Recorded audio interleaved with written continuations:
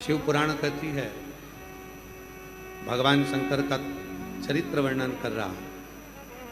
अनलासुर जब समाप्त हो गया, गणेश जी महाराज को एक दुर्वा प्राप्त हो गई। उस दुर्वा की महत्वता को जो समझा, हम तो यहाँ तक कहेंगे, शायद आप लोगों के स्मरण में है नहीं है, कि कभी कभी जब तुम्हारा मन कर जाए कि आज मेरा मन है और बारिश में, बरसात में बहुत सारी दुर्वा आ जाती है, बहुत सारी दुर्वा आ जाती है, तो दुर्वा की ही कंठी, दुर्वा की ही माला बनाकर, दुर्वा की ही माला बनाकर, दुर्वा की ही माला बनाकर कभी कभी, जैसे ये शिवलिंग है और दुर्वा की माला बनाकर इस शिवलिंग पर उस माला को बीच में से पूरी जोड़ेंगे नहीं, आधी माला, मतलब कटी हुई होना चाहिए, जुड़ी हुई नहीं होना चाहिए।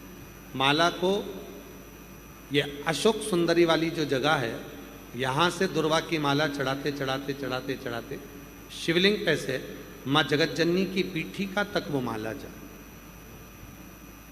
अभी बारिश में दुर्वा आ जाती है, सावन के महीने में, आषाढ़ के महीने में, कुंवार के महीने में, कार्तिक के महीने में, जब तुम्हारा मन पड़ जाए और अगर तुम्हारे बगीचे में दुर्वा मिल जाती हो, तो हर महीने भी अगर आपने यहाँ अशोक सुंदरी से दुर्वा की माला बनाई और उस माला को यहाँ से चढ़ाते चढ़ाते चढ़ाते चढ़ाते ऐसे शिवलिंग पर समर्पित करते हुए अपने उंगली पर थोड़ा सा घृत लगाकर बीच में एक बिंदी लगा दें और बाबा को अपने मन की कामना कहकर आप वापिस अपने घर पर आ जावें।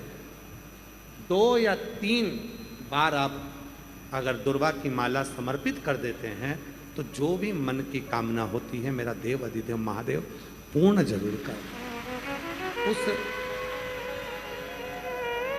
दुर्वा की माला में वो बल होता है जो शिव को हमारी ओर केंद्रित करता है।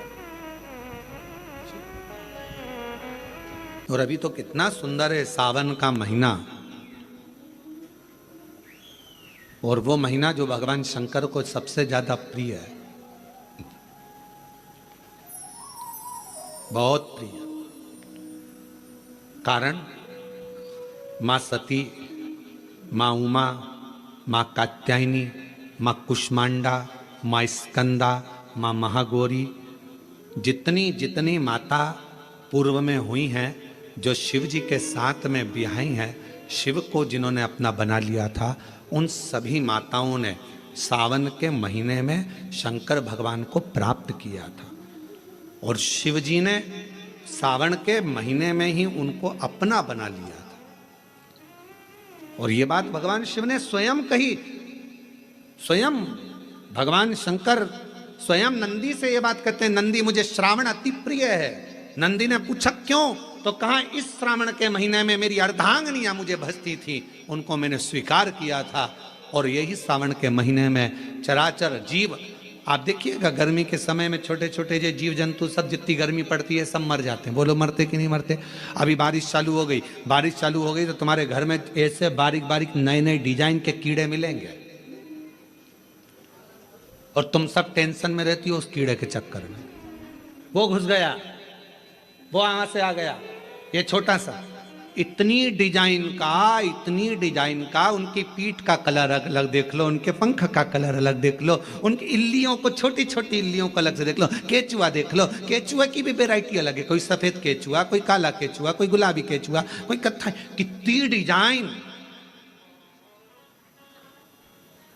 83,99,999 योनिया, और उसमें आखिरी योनि ये 84 लाखवीं मनुष्य की योनि। अब इतनी योनियां, और तुम्हारे घर में भी आसपास तुम देखना कितनी सारी योनियों को देख लोगे, चीटा को, और चीटे की भी एक डिजाइन आ जाती है। सावन में आते आते चीटे में भी पर आ जाते हैं। अब तुमने देखा कि नहीं देखा वो हमको नहीं मालूम है भैया, देखा तुम लोगों ने? और जितने आस्था चैनल पर सुन रहा है, सावन में चींटे में भी पर आ जाती है, मक्खियों की डिजाइन बदल जाती है। जिस मक्खी को एक बार भगाओगे भग जाती थी, सावन में इतनी अड़ीली हो जाती है कि आके मुंह पे बैठेगी, नाक पे उसको भगा के ले जा, भाग भाग भाग। मक्खियां भी इतनी अड़ीली हो जाती है कि वो हटती नहीं है। क्यों? इतनी अकड़ कहां से मक्खी में आ गई, चींटे में पर कहां से आ गए, और इतना ठाट इन कीड़ों में कहां से आ गया कि हर किसी के घर में घुस जाते हैं। तो शिव महापुराण की कथा कहती है, चराचर अचर जीव जंतु पशु पक्षी सबको मालूम है सावन का महीना चल रहा है, हमारे बाबा का महीना चल रहा है जो करुणा करने वाले, ये उनको भी ज्ञान है। उसको पशुपति नाथ कहते हैं, उसको भी मालूम है। अब जरा विचार करिए, जिस चींटे में कभी पर नहीं आते वो चींटे में सावन में पर आ जाते हैं। जब चींटे को पर दे सकता है तो सावन में एक लोटा जल चढ़ाने वाले को भी मेरा बाबा उड़ा तो सकता है, आगे बढ़ा तो सकता है, उन्नति की ओर ले जा तो सकता है। वो शिव तत्व है। और तेरी कृपा बिना न हिले एक भी अणु, लेते हैं श्वास तेरी कृपा से तनु तनु। बखान क्या करूं मैं राखों के ढेर का, चपटी भभूत में खजाना कुबेर का। हे गंगाधार मुक्ति द्वार ओंकार तू, भोले ओमकार तू, आयो शरण शंभु तार तार तू। भगवान शिव। अब गर्मी आई, गर्मी में पूरे जीव मर गए, गर्मी में सब सूख गया, कीड़े मकोड़े मर गए गर्मी की तपन के कारण। पर सावन का एक महीना जिसमें भगवान सबको फलना फूलना सब कुछ, पत्तियां भी फूलती हैं, फूल भी फूलते हैं, डालियां भी फूलती हैं, पशु पक्षी जानवर जलचर थलचर सब फूलते हैं। श्रावण का शिव को प्रिय है। और क्या कहा मेरे भोले बाबा ने नंदी से, ए नंदी, श्रावण का महीना हो, शिव तत्व की प्राप्ति को करने के लिए अगर कोई संसार का मानव मुझे पुकारता है, भजता है, शिव कथा कहती है, शिव जी कहते हैं नंदी से, उस जीव का कल्याण करने के लिए मैं स्वयं उसके द्वार तक पहुंच जाता हूं और उसका उद्धार कर देता हूं, उद्धार कर देता हूं। पर किसका चित्त लगे? सावन में भी कई लोग ऐसे हैं जिनका चित्त नहीं लग पाएगा, क्योंकि सावन का महीना होता है तो कमाई के स्रोत भी ज्यादा हो जाते हैं। जीजियों की साड़ियां बिकने लगती हैं, फैशन का सामान बिकने लगता है, पर्स मोबाइल बिकने लगता है, सामान बिकने लगता है, क्योंकि उस समय व्यापार भी बढ़ता है। व्यापार इसलिए बढ़ता है क्योंकि भगवान भी चाहता है कि तेरा मन मुझसे हट जाए, व्यापार में लग जाए। क्योंकि भगवान को मालूम, हमने पहले भी कथा में कहा है, बच्चे को माँ गोदी में तभी तक रखती है जब बच्चा खिलौने से नहीं खेलता, खिलौने से खेलने लगेगा माँ नीचे उतार देगी। उसी तरह भगवान तुमको अपने पास जब तक बुलाता है, जब तक तुम्हें अपना बनाकर रखता है, और भगवान देख लेता है कि अब धीरे धीरे मेरे को इसको धन देना है, वैभव देना है, ये खिलौने से खेलना चालू करेगा, गाड़ी लाएगा, घोड़ा लाएगा, मकान बनाएगा, फर्नीचर बनाएगा, उसमें लग जाएगा तो मेरे मंदिर आना छोड़ देगा। और मंदिर आना छोड़ दिया तो एक दिन मुझे धीरे धीरे, मैंने एक बार इसके यहाँ पहले की माताएं, पुरानी माताएं क्या करती थी, मिर्ची बारिश के पहले भर के रख लेती थी, धनिया बारिश के पहले भर के रख लेती थी, हल्दी बारिश के पहले भर के रख लेती थी, अनाज बारिश के पहले भर के रख ले, क्योंकि 4 महीना खाएंगे खत्म हो जाएगा, अगले महीने में फिर 4 महीने बाद ले आएंगे। उसी तरह भगवान तुम्हें एक बार का विभव दे देता है, एक बार का धन दे देता है, एक बार की दौलत दे देता है, फिर लोग उसको भोगने लगते हैं, और भोगते भोगते आखिरी में एक दिन ऐसा आता है कि डब्बा खाली हो जाता है। डब्बा खाली होता है, फिर रोने बैठ जाता है, तकलीफ आई, फिर लोटा लेकर भागता है। शिव जी कहते हैं जो मेरे मंदिर में, मेरी कथा में, मेरे रस तत्व में हमेशा एक जैसा लगा रहता है, उसकी जिंदगी को भी मैं हमेशा उन्नति की ओर बढ़ाते बढ़ाते अग्रणता में लेकर चले जाता, फिर उसको डाउन नहीं करने देता, उसको नीचे नहीं आने देता। 2 पौधे, एक शमी का, एक बेलपत्र का। भूल से भी बेलपत्री के पौधे के नीचे से, बेलपत्री के वृक्ष के नीचे से, अगर भूल से भी, तुम्हें नहीं मालूम कि यह बेलपत्री का पेड़ है, तुम्हें नहीं मालूम कि बेलपत्री का पौधा है, तुम्हें नहीं मालूम कि बेलपत्री का वृक्ष है, भूल से भी चलते चलते भी तुम्हारी ट्रैक्टर, तुम्हारी ट्राली, तुम्हारी गाड़ी, तुम्हारा बखर, तुम्हारा बेल तुम बेलपत्री के पेड़ की छांव में से भी अगर निकल कर चले जाते हो तो दिन भर में अगर 100 पाप भी हो जाते हैं तो पल भर में धुल जाते हैं। एक बेलपत्री के वृक्ष के नीचे से, एक बेलपत्री के वृक्ष की छांव से, एक बेलपत्री के वृक्ष की मात्र टहनी की छैया से हमारे कोटि कोटि पाप समाप्त हो जाते हैं। आप सबसे इस कोटेश्वर धाम की पावन धरा से एक निवेदन करना चाहूंगा, पूरे आस्था चैनल के श्रोताओं से, फेसबुक यूट्यूब के श्रोताओं से, और जितने लोग यहाँ कथा सुन रहे हैं, बारिश का समय आए तो एक बेलपत्री का पेड़ बड़ा कर कर उसको कहीं रोड के किनारे अवश्य लगाओ। कोई निकल कर जाएगा, उस पे छांव पड़ गई तो उसका कल्याण हो जाएगा। वृक्षारोपण में बेलपत्री का वृक्ष अवश्य लगाइए। 2 वृक्ष की छांव और 2 वृक्ष का दर्शन हमारे जीवन को सुख दे जाता है। एक बेलपत्री, दूसरा शमी का पौधा। शमी का वृक्ष तुम्हारे घर में बड़ा मत लगाओ, और शमी का पौधा जब तक तुम्हारे इस हाथ की आकृति का रहे, उसमें से तुम पत्ती तोड़ो मत तोड़ो, उसमें से कुछ तोड़कर तुम शिव जी को चढ़ाओ मत चढ़ाओ, भले तुम बाहर जाकर टूटा हुआ लेकर आ जाओ, पर घर के बाहर, घर के कमरे में नहीं, हॉल में नहीं, घर के अंदर नहीं। तुम्हारा घर चारों तरफ से हो जाता है, 4 कमरे, हॉल, किचन, लेटरिन, बाथरूम सब पूर्ण कंप्लीट हो जाए, उसके बाद जो तुम्हारे जगह बचे, घर से जब तुम बाहर निकलो तो बाहर की ओर जाते समय, अगर तुम्हारे निकलते समय तुम्हारा सीधे हाथ की ओर अगर शमी का छोटा सा पौधा लगा है तो ये निश्चित है कि तुम जिंदगी में कभी किसी अदालती कोर्ट केस में, कभी प्रशासनिक आदि केस में, कभी किसी गलत जगह पर जिंदगी में नहीं फंस सकते। आप उससे बाहर ही निकल जाए। एक शमी का छोटा सा पौधा भी, उसका स्पर्श, उसका दर्शन, उसमें चढ़ाया गया 1 लोटा जल। शमी 3 देवताओं को सबसे ज्यादा प्रिय है। पहला देवाधिदेव महादेव, दूसरा शनि महाराज, तीसरा श्री गणेश जी महाराज। श्री गणेश जी महाराज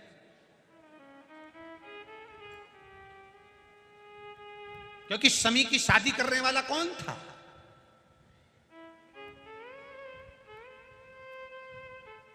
कौन इनको विवाह करे? अभी आगे आप कथा में सुनेंगे, शमी और मंदार की कथा जब आएगी, शमी और आकड़े के फूल की, सफेद फूल, नीला फूल, गुलाबी फूल आकड़े का जो होता है, मंदार का होता है, उसका वर्णन जब आएगा आप उसमें श्रवण करेंगे।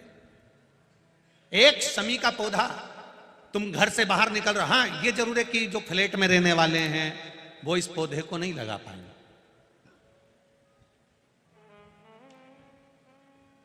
क्योंकि जब दरवाजे से निकलते हैं तो अंदर गच्ची होती है, गैलरी होती है, तो कैसे लगाएं घर के बाहर। हाँ, आप डायरेक्ट निकल रहे हैं और आपका पौधा घर के बाहर लगा हो तो बात दूसरी, छोटा सा गमले में, ज्यादा बड़ा नहीं, छोटा सा। ज्यादा बड़ा हो जाए तो उसको कहीं और लगवा दो, छोटा।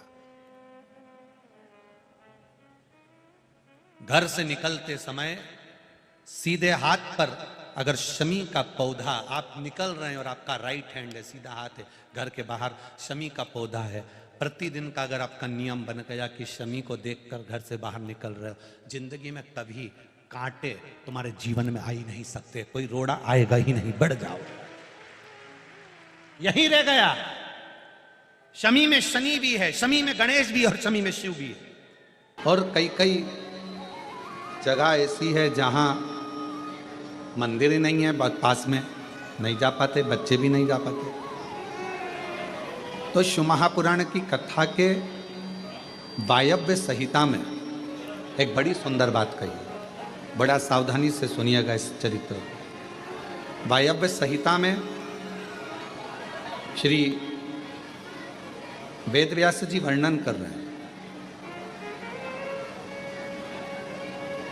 और वायव्य संहिता के अंतर्गत वेदव्यास जी कहते हैं कि अगर तुम मंदिर तक ना जा सको, तुम शिव पर 1 लोटा जल चढ़ाने के लिए अपने नज़दीक के शिवालय में, देवालय में ना जा सकें, कोई मंदिर नज़दीक नहीं है, कोई शिवालय नज़दीक नहीं है, तो वायव्य संहिता में वेदव्यास जी कहते हैं कि अपने घर में यदि बेलपत्र का वृक्ष है, बेलपत्र का छोटा सा भी अगर पौधा है, तो उसमें थोड़ा भी जल आप प्रतिदिन चढ़ा रहे हो तो समझ लेना कि 12 ज्योतिर्लिंग में आप जल चढ़ा रहे हैं। 12 ये वायव्य संहिता कर। मान लो मंदिर नजदीक में नहीं है, बीमारी बहुत ज्यादा है, तकलीफ बहुत ज्यादा है, और कहा हमने कथा में सुना है कि जल चढ़ाने जाना चाहिए, तो वहां बेलपत्र का अपने गमले में एक छोटा सा पौधा लगा, छोटा सा पौधा, और छोटा सा पौधा लगाकर उस पौधे की परवरिश करो, जल चढ़ाओ। जब वो पौधा बड़ा हो जाए तो किसी बगीचे में जाकर, कहीं शिवालय में, देवालय में, कहीं पर एकांत में उस पौधे को लगा दो।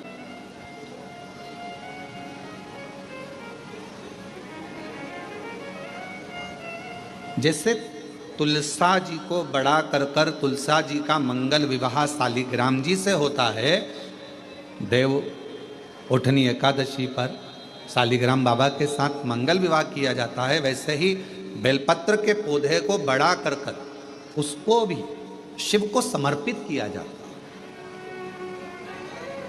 भगवान शंकर को समर्पित किया जाता है।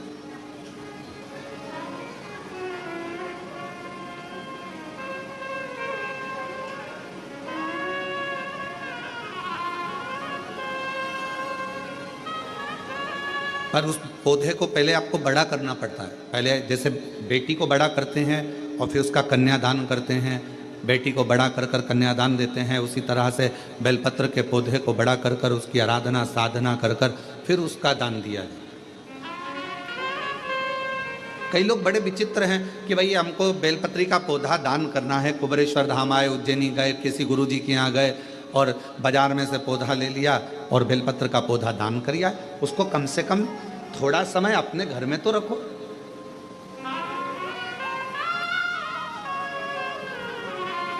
गौदान का नियम मालूम है आपको? कितना लोग जानते हैं गौदान के नियम को? गौदान का नियम होता है, कई लोग बेटी के विवाह में गाय दान करते हैं, कई लोग कोई शांत हो जाता है तो 12वें में 13वें में गाय दान करते हैं ना, गौदान करते हैं। तो उसका नियम क्या है?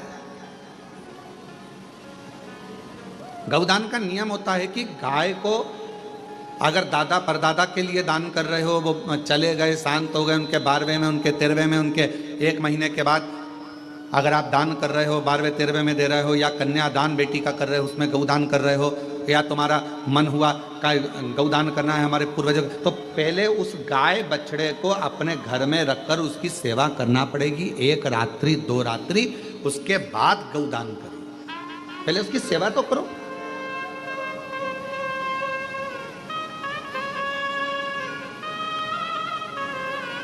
आपने तो डायरेक्ट फोन कर कर कह दिया गाय लिया ना, दान करना है। पंडित जी ने संकल्प छुड़ाया, गाय दरवाजे पर आई और 1 मिनट में संकल्प छूटा। पंडित जी से कहा ले जाओ गाय, लेके जाओ जल्दी से, गाय बछड़ा लेकर जाओ। पंडित जी गाय बछड़ा लेकर चले, डीले कम करो, गाय बछड़ा पंडित जी लेकर चले। ये श्रेष्ठता नहीं।